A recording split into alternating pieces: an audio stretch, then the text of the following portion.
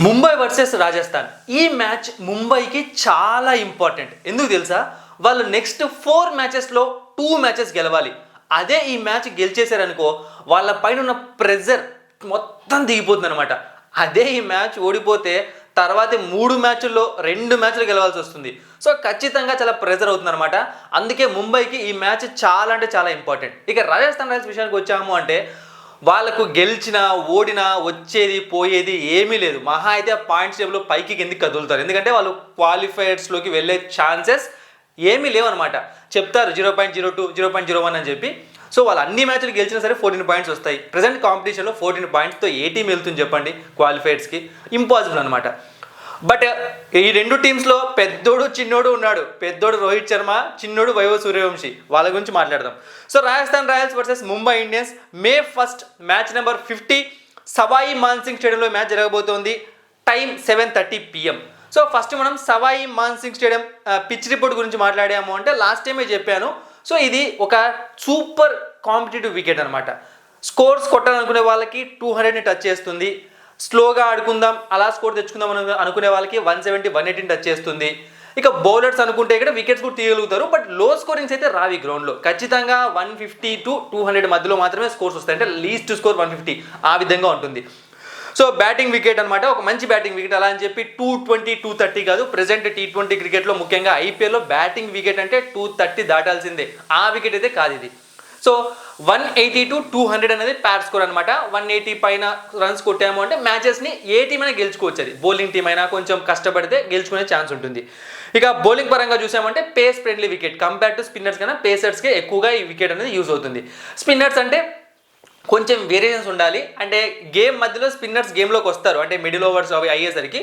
But variations ఎక్కువ చూపిస్తేనే ఈజీగా work out అవుతుంది అనమాట.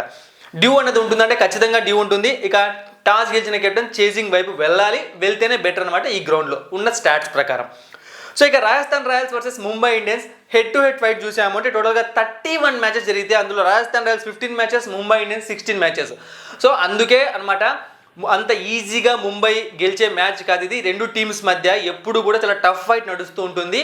అండ్ ముంబైకి ఇంపార్టెంట్ మ్యాచ్ కాబట్టి కొంచెం ప్రెజర్ కూడా ఎక్కువగానే ఉంటుంది.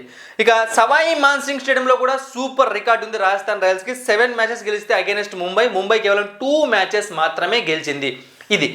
ఇక రాజస్థాన్ రాయల్స్ ప్లేయింగ్ 11. సో చూడండి, వీళ్ళ ప్రాబ్లమ్స్ గురించి చాలాసార్లు డిస్కస్ చేశాము. బట్ ప్లేయింగ్ 11 చూసాము అంటే పెద్దగా చేంజెస్ జరగవు అనమాట. ఎందుకంటే లాస్ట్ మ్యాచ్ గెలిచారు అండ్ మనం ఎక్స్పెక్ట్ చేసిన చేంజెస్ జరిగాయి అనమాట. తుషార్ దేశ్పాండేని తీసేసి యుజ్వేంద్ర సింగ్ చరక్ని తీసుకొని వచ్చారు. అయితే ఈ మ్యాచ్లో తనని ఉంచుతారా లేకుంటే పక్కకు తీసేస్తారా? ఎందుకు అంటే తను కూడా పెద్దగా ప్రభావం చూపించలేదు. బట్ ఒక మ్యాచే కాబట్టి కంటిన్యూ చేయొచ్చు, లేదా ఆకాశ్ బద్దుల్ని తీసుకొని రావచ్చు, లేదా మళ్ళీ తుషార్ దేశ్పాండేని కూడా తీసుకొని వచ్చే ఛాన్సెస్ ఉంటాయి. అండ్ సంజు శాంసన్ ప్రెజెంట్ ఈ వీడియో చేస్తున్న టైంకి నా దగ్గర ఉన్న న్యూస్ ప్రకారం సంజు శాంసన్ ఈ మ్యాచ్ కూడా ఆడట్లేదు. అంటే రియాన్ పరాగే మళ్ళీ కెప్టెన్సీ చేయబోతున్నాడు అనమాట. ఇప్పుడు ఈ టీం గురించి మాట్లాడదాం.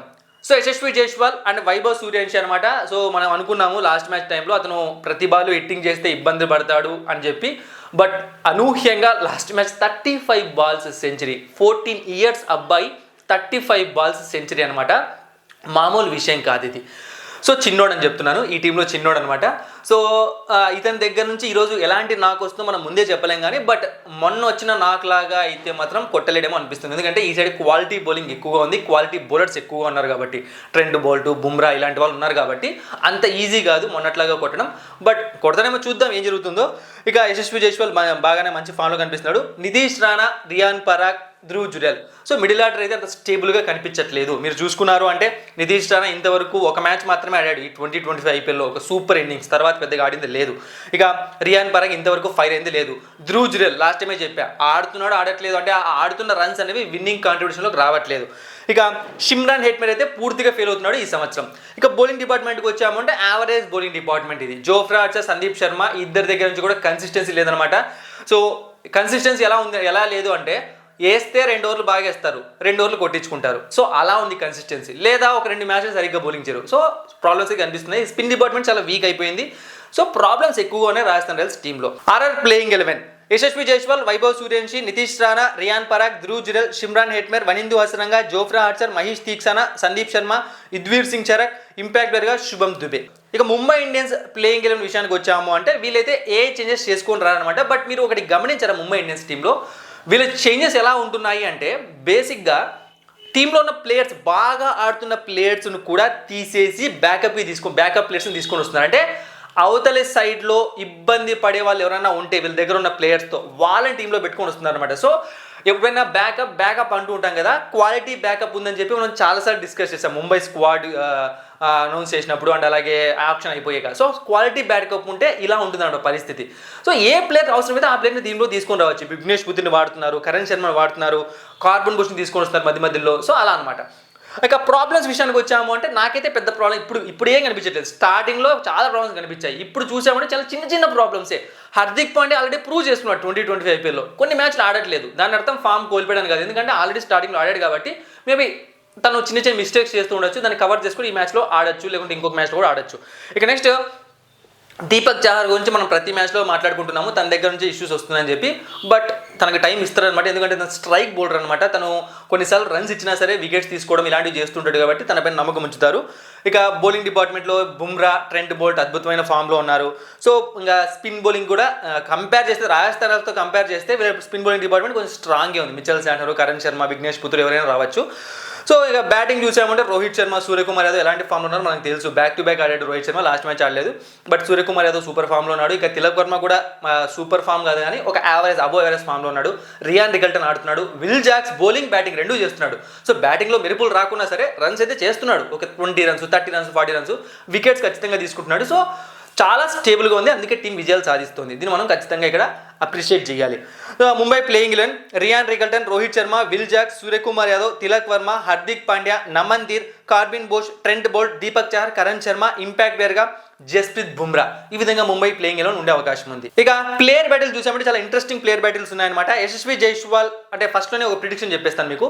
యశస్వి జైస్వాల్ ఈరోజు మ్యాచ్లో స్ట్రగుల్ అయ్యే ఛాన్స్ ఉంటుంది. అంటే బ్యాక్ టు బ్యాక్ మ్యాచెస్లో ఆడుతున్నాడు కదా, ఈ మ్యాచ్లో ఖచ్చితంగా ఫెయిల్ అన్నా వచ్చి త్వరగా, లేదంటే చాలా స్లోగా ఆడొచ్చు, రన్స్ చేయడానికి టైం పట్టొచ్చు, దానికి స్ట్రగుల్ అవుతాడు ఈరోజు మ్యాచ్లో ఖచ్చితంగా. ఇక next Nitish Rana versus Deepak Chahar, 36 runs 2 times out అయ్యాడు, స్ట్రైక్ రేట్ 109.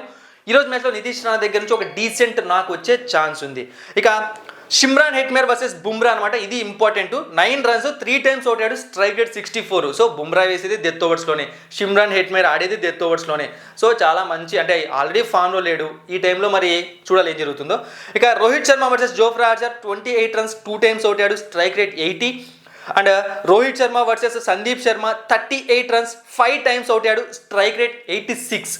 ఇక రోహిత్ శర్మ ఈరోజు ఆడడం కష్టమే. అండ్ చిన్న కరెక్షన్ అనమాట, రోహిత్ శర్మ జోఫ్రా ఆర్చర్ బౌలింగ్లో 3 times అవుట్ అయ్యాడు T20 ఫార్మాట్లో. సో రోహిత్ శర్మ ఈరోజు ఆడటం కష్టమే అబ్బా నాకు తెలిసినంత వరకు. అంటే పైన ఉన్న స్టాట్స్ చూశాక ఖచ్చితంగా కష్టమే. ఏదన్నా మెరాకిల్ జరిగితే రోహిత్ శర్మ సూపర్ ఫామ్లో ఉంటే ఆడొచ్చు కూడా, ఎందుకంటే బ్యాటింగ్ అన్నది ఎప్పుడు ఎలా ఉంటుందో చెప్పలేం. బట్ 99% ఆడడం కష్టమే. Suryakumar Yadav versus Jofra Archer, 51 runs 3 times out అయ్యాడు, స్ట్రైక్ రేట్ 150. ఇక Suryakumar Yadav versus Sandeep Sharma, 33 runs 4 times out అయ్యాడు, strike rate 103. So Hardik Pandya ఈరోజు మ్యాచ్లో రన్స్ చేస్తాడు అనిపిస్తోంది. సో అది ఎప్పుడు బ్యాటింగ్ వస్తాడో, త్వరగా వస్తాడు, లేట్గా వస్తాడో తెలియదు కానీ రన్స్ అయితే చేస్తాడు అనిపిస్తుంది అనమాట ఇది. ఇక ఈరోజు మ్యాచ్ ఎవరు గెలుస్తారు? సో ముంబై ఇండియన్స్ ఎలాంటి ఫామ్లో ఉందో మీ అందరికీ చాలాసార్లు చెప్పాను. Super back to back 5 victories సాధించింది. సో ఇప్పుడు ఈ విక్టరీ సాధిస్తే వాళ్ళు పూర్తి ప్రెజర్ తగ్గిపోతుందని కూడా చెప్పాను. బట్ సవాయి మాన్సింగ్ స్టేడియంలో రాజస్థాన్ రాయల్స్కు ఫెంటాస్టిక్ రికార్డ్ ఉంది. Against Mumbai Indians self record కూడా ఉంది. సో మరి ఎవరు గెలుస్తారు?